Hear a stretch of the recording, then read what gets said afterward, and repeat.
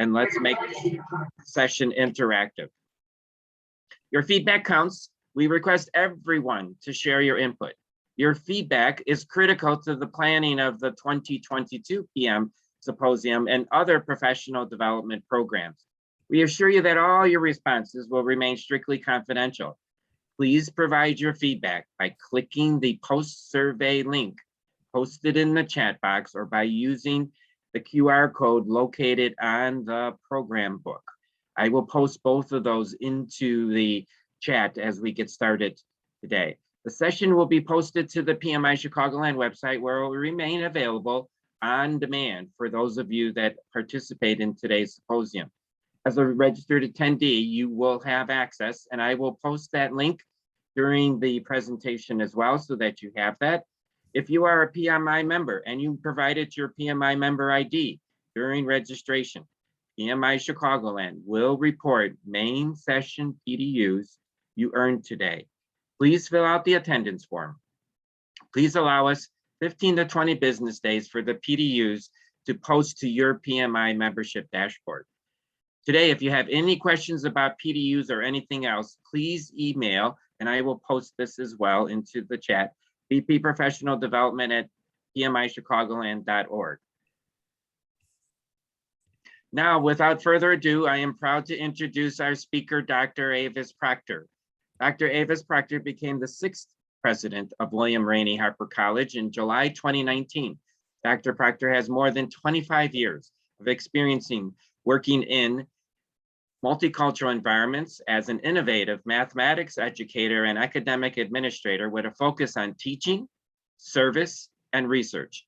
As a higher education scholar and an Aspen Presidential Fellow, she contributes to the professional discourse from local to global levels on progressive leadership in higher education, research-based instructional strategies, strategic community engagement, economic development, and the STEM pipeline for underrepresented groups.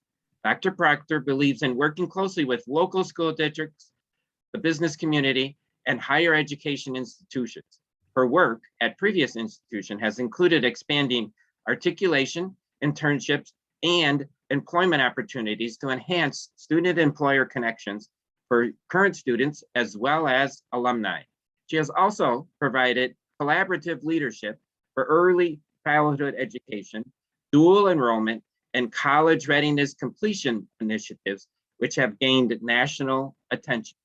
Dr. Proctor earned her bachelor's degree in mathematics education at Florida Agricultural and Mechanical University, a master's of science in teaching mathematics at Florida Atlantic University, and her doctorate in higher education at Florida International University. Welcome, Dr. Avis Proctor.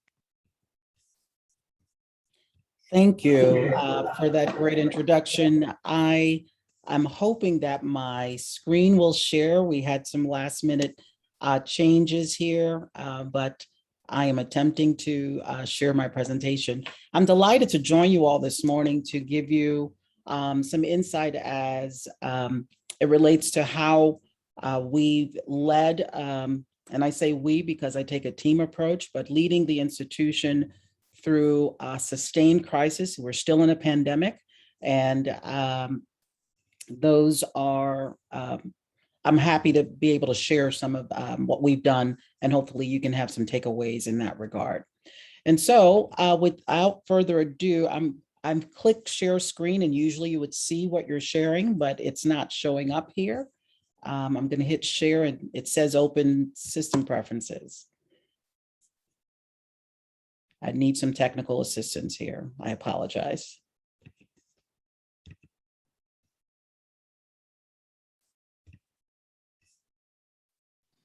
So Dr. Proctor, you're hitting share screen. I am. I've been doing this for the last, what? Actually, prior to the pandemic, so. Try it. I went ahead and I changed it to multiple participants in case that's the problem. So go ahead and try again, please. You guys share it for me? You have the copy of the presentation? We could walk through it that way. I can pull that up. Could you just try one more time and see if it'll let you share? It's not giving me the images, so I believe there's a privacy piece that needs to be open system preferences and security. Give me 1 second. Sure. We'll try that again. And in the meantime, I will check on my copy to bring it up in case. All right.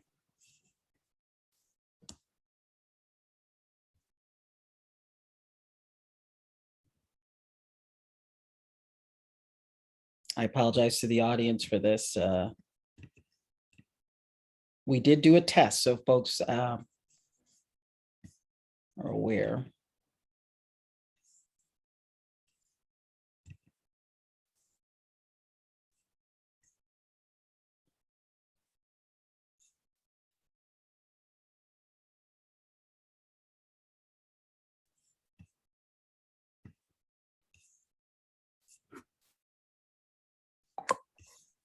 Okay, maybe it's unlocked now.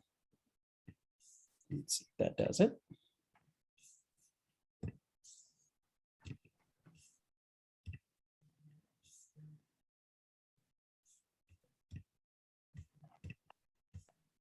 It's asking me to allow Zoom to record. That's what it is.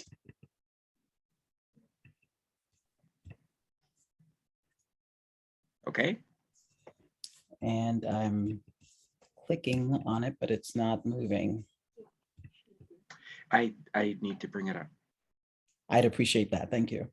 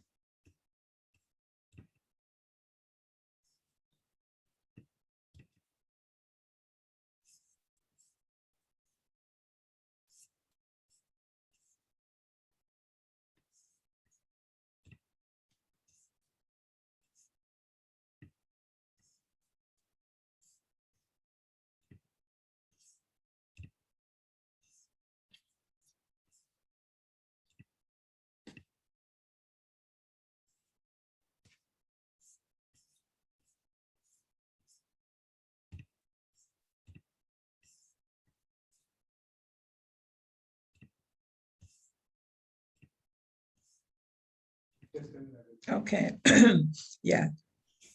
Just a couple more minutes. Yeah, Joe is gonna bring up the presentation for you, Dr. Proctor. Thank you. And we'll be on our way. Just be a little patient here. No, I sent the wrong one. No.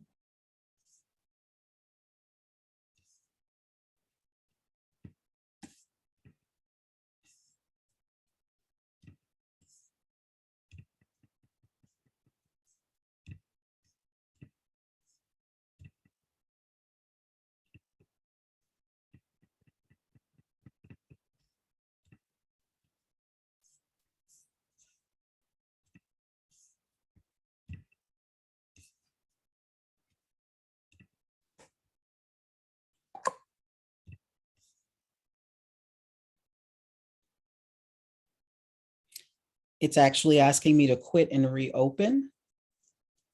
So I can either do that, or if you're ready to go with it on your end, just let me know. Yeah, yeah, we have it.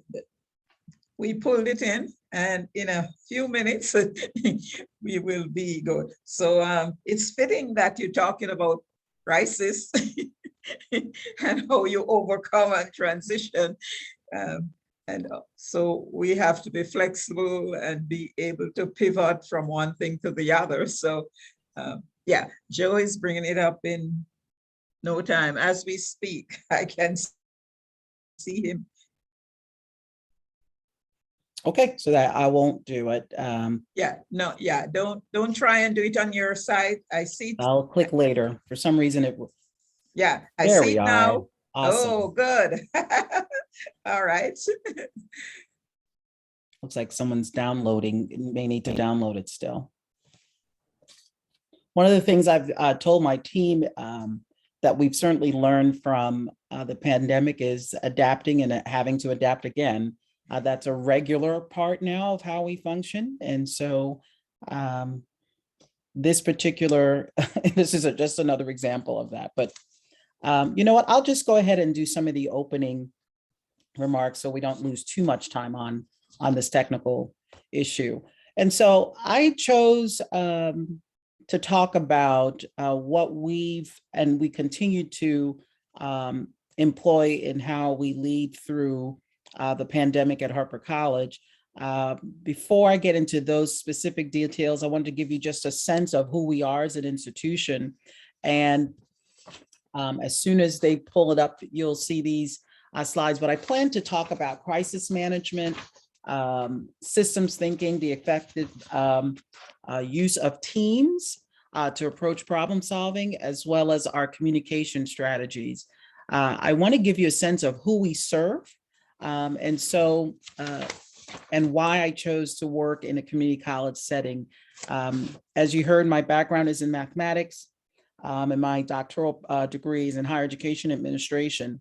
And one of the things I can certainly say that I did not learn in graduate school is how to manage a pandemic. And most of us, there are some folks that are alive that experienced the 1918 Spanish flu, but not many, right? We can, it's safe to say that most of us have not experienced this. So in post-secondary education, we are committed, particularly at community colleges, to open the door to anyone that arrives. We take you from wherever you are and support you to achieve your academic or career goals. So if you go to the next slide, please. The arrow at the top will get you there. So I've done this part already. So I'm giving a little background on Harper. And so we open doors to anyone, wherever they start, with the goal of making their lives better and actually contributing to making the world a better place. My background, my grandmother raised me, and she earned her bachelor's degree 1 week after I earned mine. She was very committed to all of her children. She had 13 children, 11 are alive. And she was committed to education as an opportunity and a way to actually uplift individuals as well as our community. And so very important for me to emphasize that this is very near and dear to my heart. I could have worked in any other space connected to my math background. I certainly taught in high school as well as the community college level, but I really feel that this is the place that anyone can come and pursue their dreams, and we help them realize those dreams. Next slide. So in Harper, we actually serve 23 communities, about over 500,000 residents in our 23 communities. And so that equates to about a little over 30,000 students, close to 35,000 students, both on our credit and non-credit side.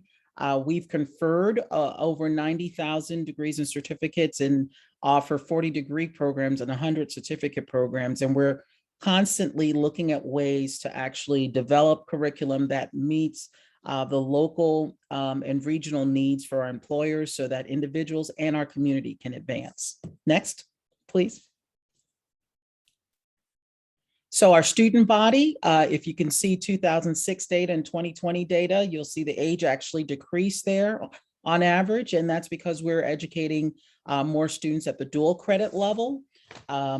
Of last year's high school seniors, more than 3,000 took dual credit through Harper, and 43% of the class of 2020 is in one particular district. And it really helps our students earn their degrees and their credentials much faster than if they were to wait to start after high school. And so we get to play a role in accelerating individuals to degree and certificate completion. Next slide. So not only are we going to look at age, but also demographics of our student body. If someone can, the arrows at the top will help you advance the slides as well. So we have an increasingly diverse student body, as you can see here a significant growth in our Hispanic Latino population from 2006 to 2020.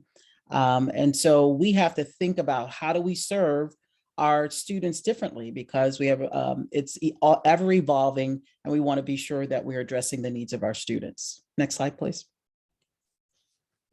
The changing demographics. So NIU Center for Governmental Studies conducted an assessment of the 23 communities that we serve, looking at the free and reduced lunch rates within schools. And so the most needy schools are those that fall into the more than 50% category. And back in 2009, we had 11 schools that fit that. And the next slide will show you that we've more than doubled to 27 schools. The next slide will show you the 27 schools. So if you pay attention to the red dots, you'll see that that's a significant change in that 10-year period. And it's still moving in that direction, as you saw in our student body data as well.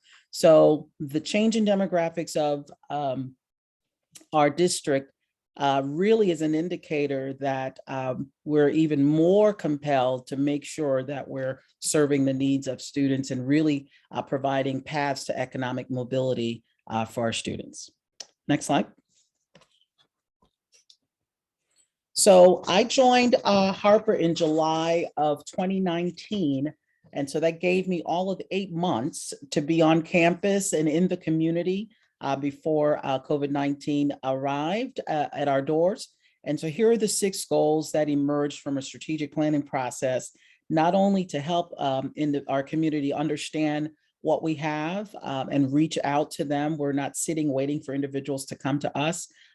So we want to increase awareness and outreach. From a cultural standpoint, what we want to make sure that we are elevating our core values of respect, integrity, collaboration, and excellence. Equity is one thing I've centered our work on. The college has had a great history of working on diversity and inclusion, and I felt equity was another element that needed to be uplifted in the conversation. And the college community, through a shared governance process, which I'll talk about a little bit later, actually has issued a statement on what equity means to us as an institution, and really our commitment, you'll see in our student success goal, on identifying and removing those barriers to student success. Of course, we need to advance our relationships with partners in the community so that we are connected and relevant to the needs. And core to our mission is our teaching and learning goal to implement innovative and inclusive teaching and learning. Next slide, please. So our pandemic response, we are currently in the midst of increasing our on-campus presence beyond our career and technical programs, where the labs never stopped. We were always on campus, making sure that individuals can continue and stay on track as much as possible with their goals. Our goals for this semester was to have half of our sections on campus for an in-person experience beyond the labs. And we offer on-campus classes, blended campus, and then of course, in the online modality, there are some classes that are offered live, meaning synchronous, and others anytime, where students will engage the content and the course and their peers and the faculty in an asynchronous fashion. Next slide, please. We actually understood the financial challenges individuals faced. And so our Board of Trustees supported the administration's recommendation to keep tuition at the same level, continue our Business Advantage program, which is if you're not living in the 23 communities, to be able to pursue an in-district tuition rate, but you actually work in any of those communities in our district, then you're able to pay the same rate as our in-district residents. We eliminated our distance learning fee as we move from just about 10% of our offerings to almost 100% of our offerings being online.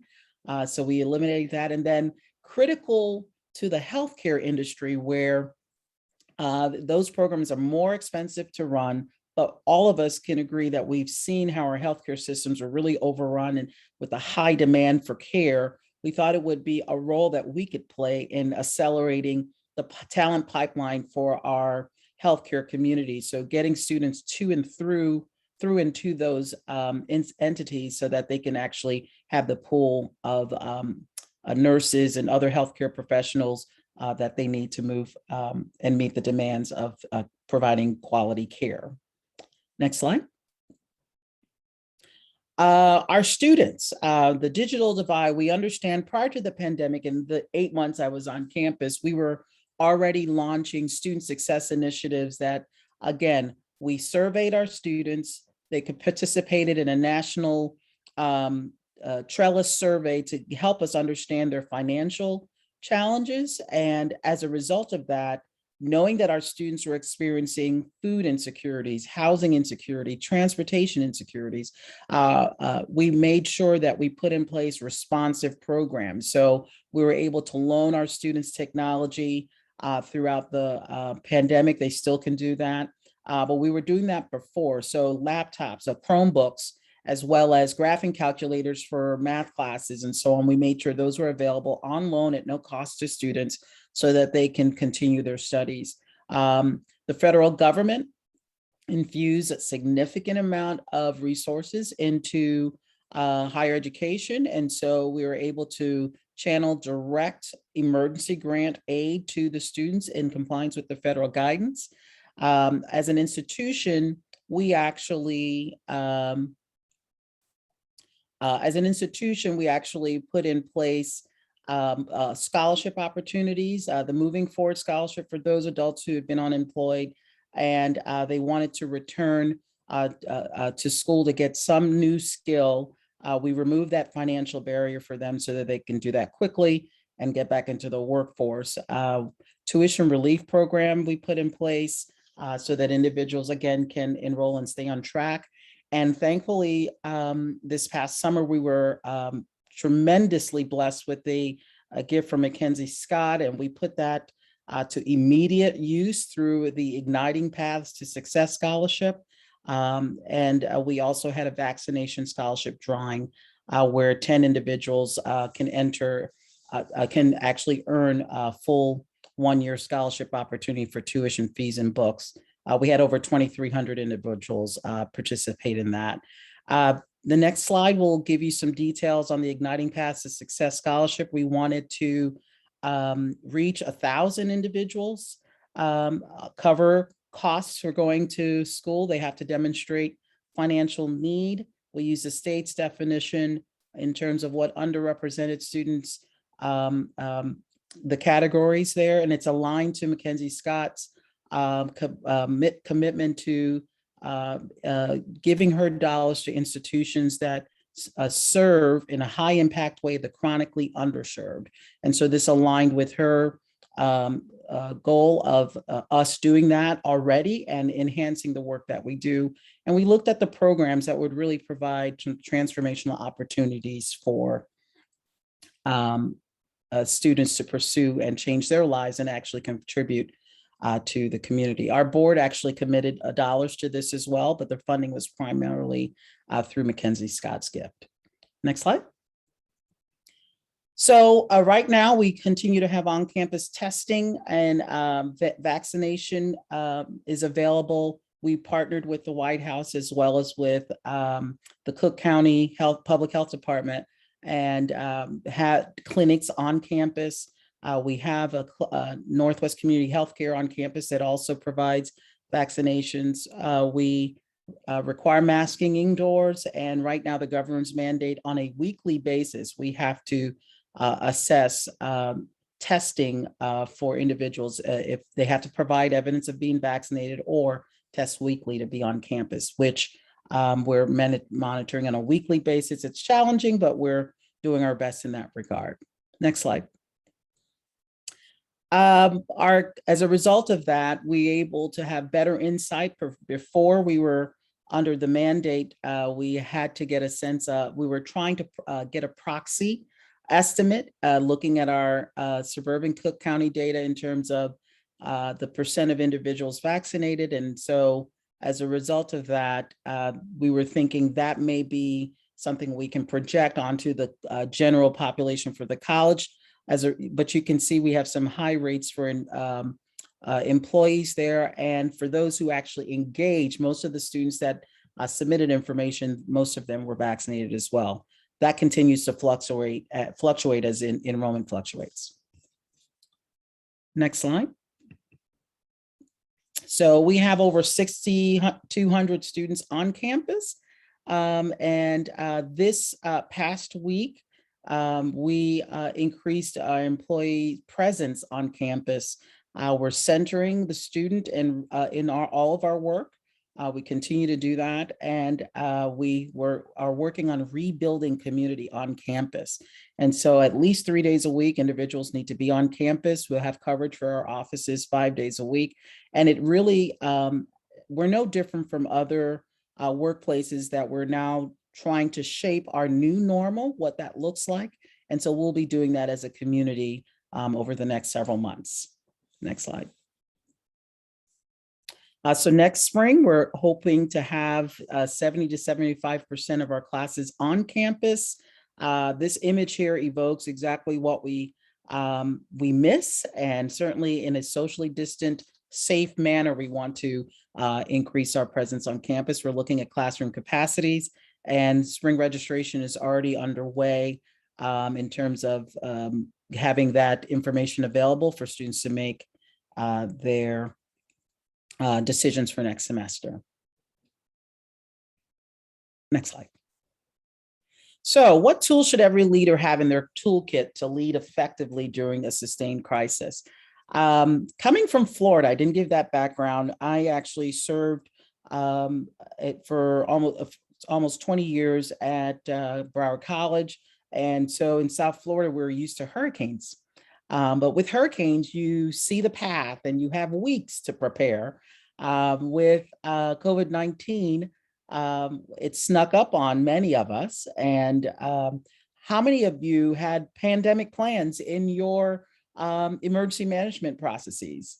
Not many people, at least that I've spoken to, had those ready to pick up and go. So next slide. One of the things that helped us in our preparation started with a rumor. You may recall, probably not, we're more attuned to what's out there in terms of what happens with our college. And so I happened to be in Washington, D.C. when I received an email that there was a rumor about one of our students having COVID-19, and they were already on campus, and there was a lot of fear. And so that's when, first of all, we investigated, that was not true.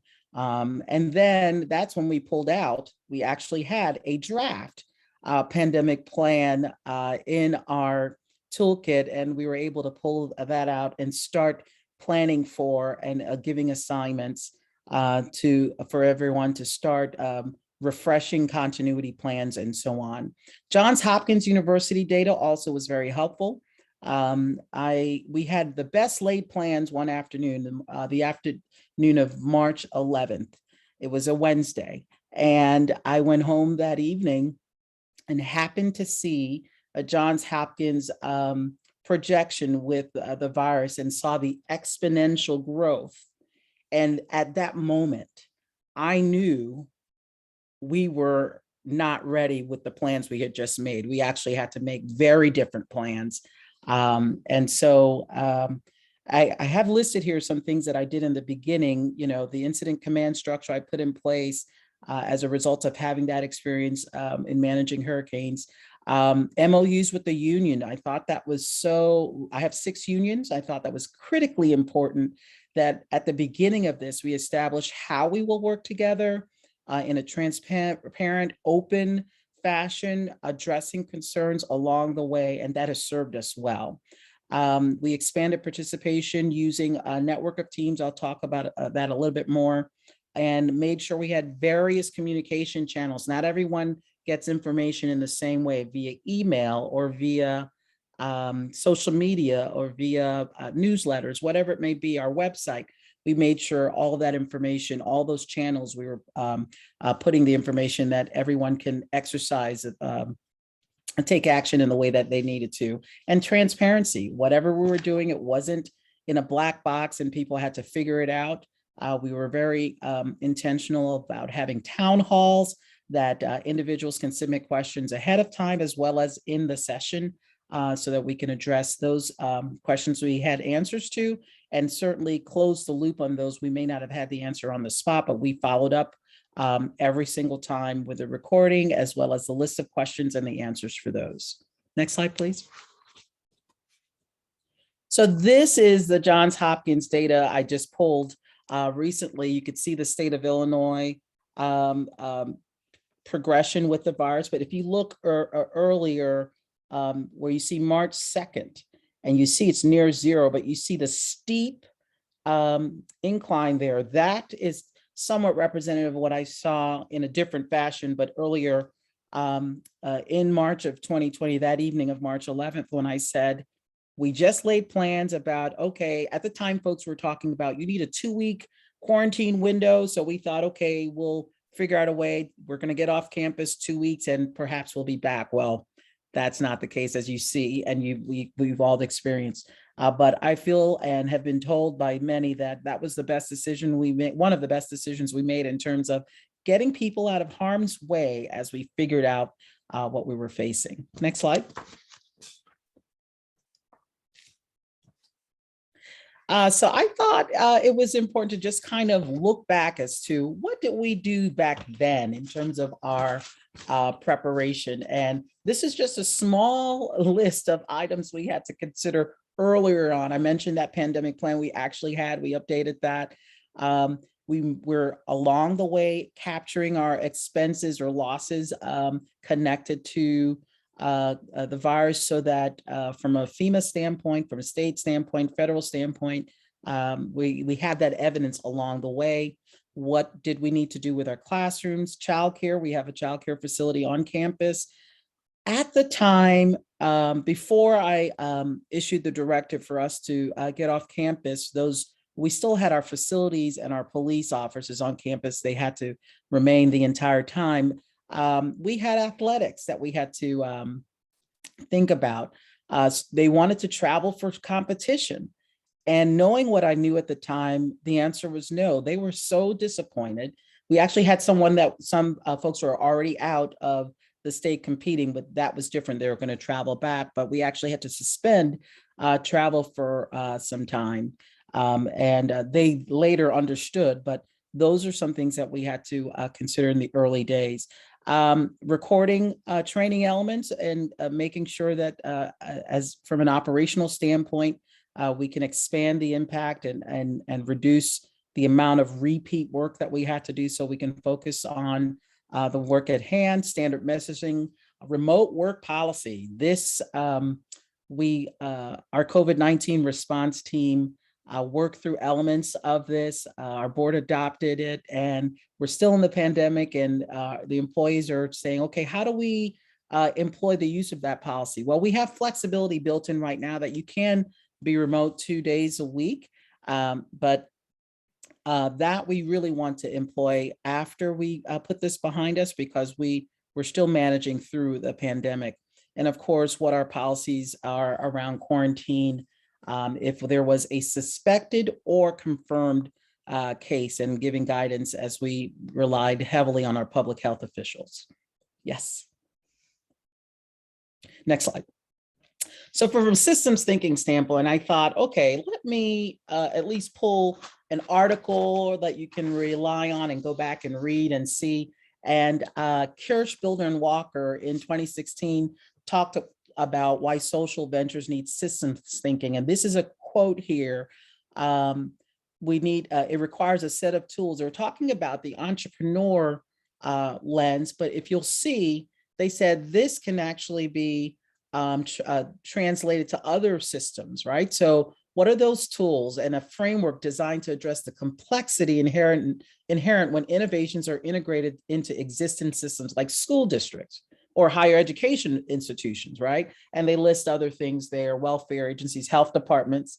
and corporate structure. So the framework in the article, there are 5 pieces there. And I thought it was important to capture that so that as you consider what it is that you need to have in your toolbox for effective leadership in a crisis moment or in managing a project from start to finish, you have to think about the interconnectedness of systems within the organization. Have to equip yourself with the data. So there's a lot of research and analysis. Communications, how do you be sure that it's not just a top-down communication, but there's definitely top-down, but there's also a feedback loop that you have to make sure that you employ so that you're really addressing the needs that are on the ground in a timely and responsive way. Policies that may need to change. And then, of course, assessing and evaluating what you committed to doing, and did you actually achieve those goals? And if not, what are some process improvement things that you can employ? So as I think about what we did from a communication standpoint, updates, alerts, dashboards, FAQs, and a feedback loop I mentioned before. Every department having to draft and establish a continuity plan. Data transparency and accountability.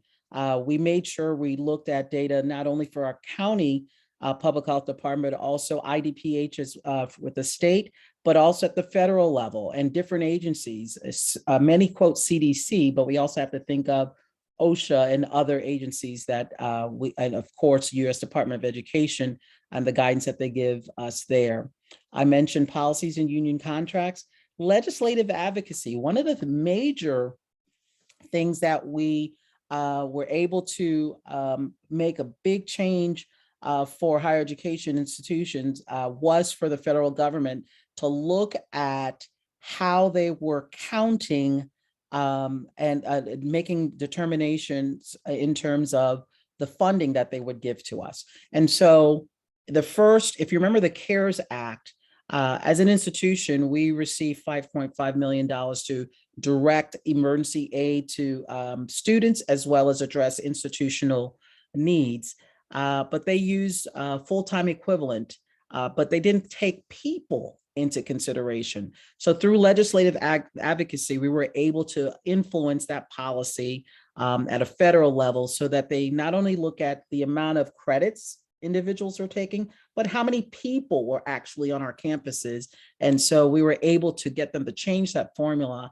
And so the second iteration of stimulus from the federal government incorporated that, and the third one as well. And so we went from 5.5 million in the first act to 12.2 with the second, and that grew to over 22 million with the third act. So almost $40 million we were able to secure. But again, thinking about how it plays out on the ground and making sure there are ways that we can change policy to directly impact individuals. And I mentioned measurement and evaluation as well. Fiscal management was key to this. Business models that changed. And so we had to figure out how to change what it is that we offer and meet the needs in a virtual environment. And our team really has done a good job of that. And there's still room for improvement. We're learning as we move through this. CDC, IDPH, ICCB, American Public Health Administration Association also. I'll show that shortly on another slide. If we go to the next, I want to be sure there's time for questions. Effective use of teams. These are the teams that we organized using some guidance from the McKinsey article I mentioned before. But you'll see in the middle is the team that managed our response to COVID-19. And then around it, you have finance, the academic student affairs and community education, reporting and accountability with the data piece, communication, human resources, and things of that nature. These are all the planning teams that I was able to broaden participation of all employee groups so that as decisions are made, we are incorporating the different lens through which a faculty member, a staff member, a student, would experience those changes. Next slide. Almost finished there.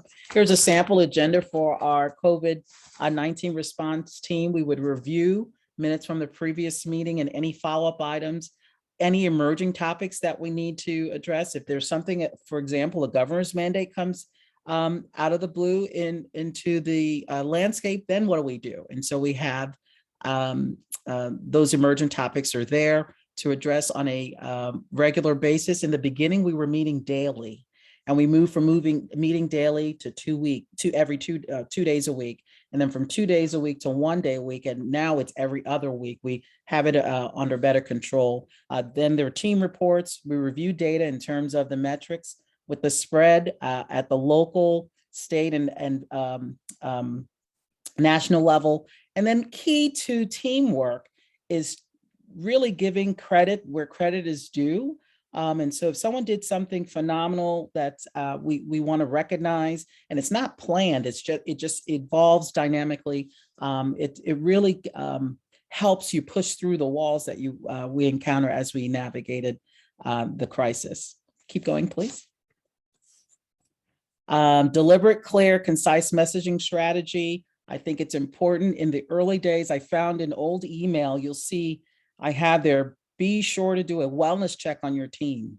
Take time to see how people are managing through this. I think it's critical because if they see that you care, then they'll be more open to share concerns, and then you can address those, and it really fosters a good culture within the community. Next slide. American Public Health Association, I made sure we were connected to the experts.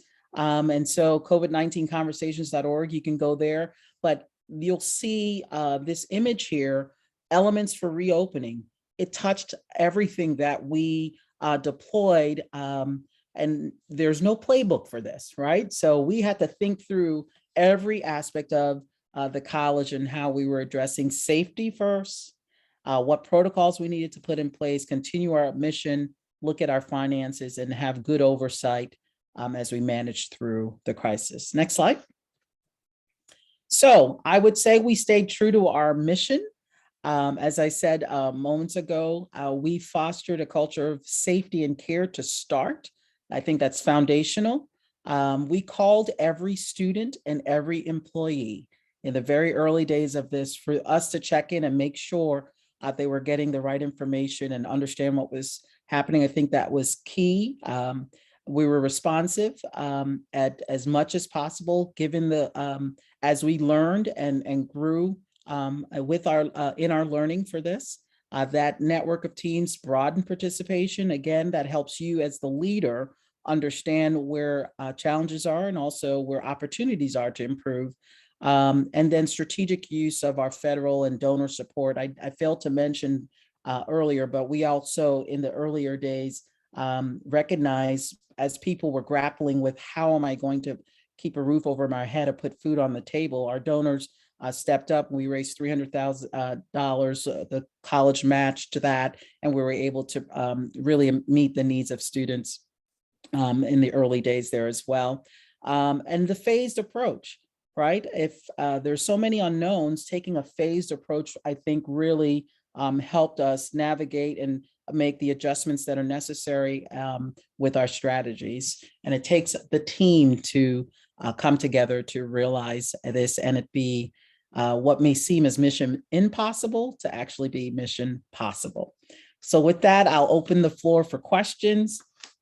I apologize for the technical with the shift of the computer and the security access. So, but we made it through, and now I think I see some questions surfacing here.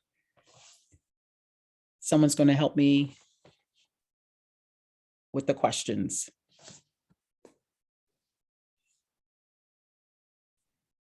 Yes, I will. I just need to feel free. You are unmuted, participants. So speak up if you would like to ask a question. Hi, Avis, did your teams do all of your planning remotely, or were you also going on campus and meeting at Harper College? So the week of March 16th, so March 11th, we had great plans. We were all together on campus. Everyone was still on campus at that time. We laid out plans for the next few weeks. That evening, I saw the exponential growth and said those plans aren't going to work. The next day, I told folks they had that following Monday to come on campus and get their things and leave. We had a board meeting that Wednesday, and I told the team, go home, we'll figure this out. But there were a few times where even on a weekend, we went into plan because of how rapid the change was, and but mostly remote via our WebEx platform. Okay, you're using WebEx. Okay. Fantastic. Thank you. How is Harper? I see a question here from Beth. How is Harper encouraging students to get vaccinated for COVID-19? So we, or our students leading the way in the local community. So we made sure we brought vaccination clinics on campus. That was pretty difficult to accomplish in the earlier days because the equity lens that the county used in terms of where people needed it the most didn't come to our area. They were looking at different sets of data where there was vaccine hesitancy projected and so on. But we actually invited Dr. Jacqueline Corpix to come and talk to the college community to talk about the vaccines back in February of 21. And so to educate the college community on what was happening and where things were. We partnered with the White House as well to have vaccination clinic. We use social media. Students actually shared their testimonials as to why they got vaccinated. So different ways of communicating what, first of all, we were experiencing, and then what people chose to do and how they engaged in protecting themselves. And some certainly paused and did not want to, and that is their individual right, of course. And so the educational piece of it, I think, is the role that we play. And then we promoted via some scholarship opportunities. And so we had one White House clinic and 2 county clinics on campus. And then with NCH, Northwest Community Healthcare, they're on our campus as a clinic. So they also provide vaccinations on campus. Looks like someone answered, what is an MOU, Memorandum of Understanding? So we put in writing, we're going to be collaborative in our decision-making, transparent, and then whatever we decide, we document that along the way. And it really gives, I mentioned I have 6 unions. So I have a faculty, full and part-time, those are 2. I have our COPS, full-time and part-time. I have our custodial maintenance, as well as our professional technical staff. So each of those unions, we meet monthly to discuss emerging concerns, what's working well, what do we need to pay attention to. And I think that open communication has really served us well throughout. Someone wants to know about my educational path as a woman of color pursuing math and eventually earning an EDD. I earned my doctorate in education. Quickly, I would say I discovered my love for math at a young age. My grandmother, the way she raised me. And so one of the ways in which she earned a living was to teach music and also to bake and sell those baked goods. And so I helped her with that as a little girl and had a quick sense of numbers quite early. And so in high school, when I was always the one tutoring my friends in math, I recognized that that is something that's not going to go away and I can pursue that. My grandmother wanted me to pursue music. I told her I can do music on the side, but I think math really has a high demand. So I did both in terms of the experiences later in college as well as in my professional career. So I did music at my church and things of that nature, but my day job, if you will, was teaching math and then ultimately leading the math department at Broward on the North Campus for about 6 years. And I was asked to lead and support the Vice President for Academics as the Associate Vice President for Academic Affairs. And that's when my leadership, I expanded beyond the college, but also at the state level, and then ultimately serving as campus president and vice president for academic affairs at the national level as well. And so that's a snippet into my journey. I have a beautiful 17-year-old who's now going to embark upon his college life and be all that he can be in his journey as well. Comment on how I address any internet sufficient bandwidth issues for faculty and students. So one of the things that we had to do, there was a law that went into effect in Illinois in December of, I want to say 2018, that we had to provide some kind of support for employees who are using some personal devices or whatever it may be to connect to do work. And so when mostly everyone went remote, we provided stipends to employees for that. And then as far as students, I mentioned the technology loan program. We also loaned out hotspots. I didn't say that earlier. We did the Chromebooks, we did the calculators, but we also gave students hotspots so that they can stay connected and get connected in some ways so that they can continue their studies. So it wasn't just faculty receiving the stipends, all employees who were working remotely received that stipend to help with those costs as we were remote. What elements did I need in my network of teams that weren't already available in my normal organizational structure? So in higher education, shared governance is a principle where we employ the voices of many to guide decision making and make sure that we understand the impact or the potential impact of a new policy going into place. And so as we develop the network of teams, we did not want to dishonor that shared governance process. And so faculty voice, staff voices, IT, they played a critical role with the immediate removal of everyone off campus pretty much. And so how does it impact their work? And so we had to be very sensitive to not duplicate those committees, if you will, those teams, but make sure that we were connecting the dots there so that we were still honoring a shared governance process. How will higher ed be different after the pandemic? I'll say we're already different, and we have to think about speed to market or our responsiveness. That has definitely changed how we serve our students in our community.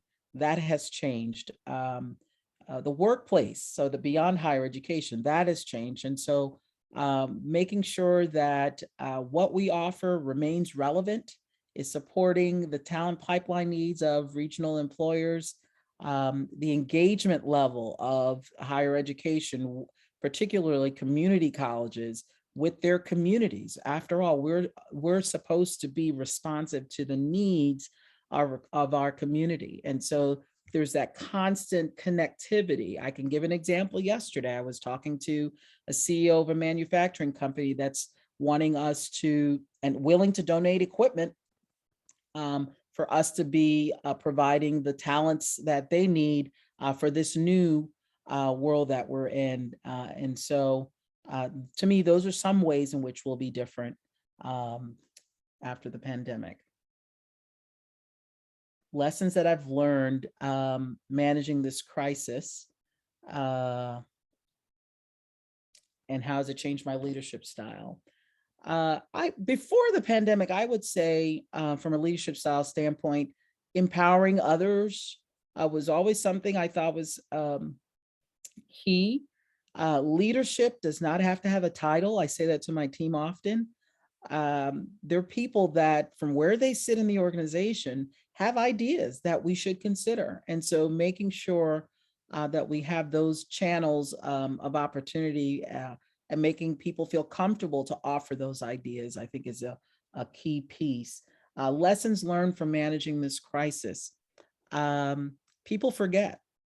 As we were working to bring individuals back on campus, right? This is happening across the globe, certainly across the country in terms of the labor shortage people are talking about, and as well as the great resignation we're experiencing in the workplace. And so people have evaluated that there are some things that they value more than just going to a 9 to 5 or 8 to 4, or however that works for the individual, and have decided they're not going to move forward in certain ways. They're going to try a different opportunity, try a new business, try finding a company that will allow them to work from home, right? The people really found that they like that.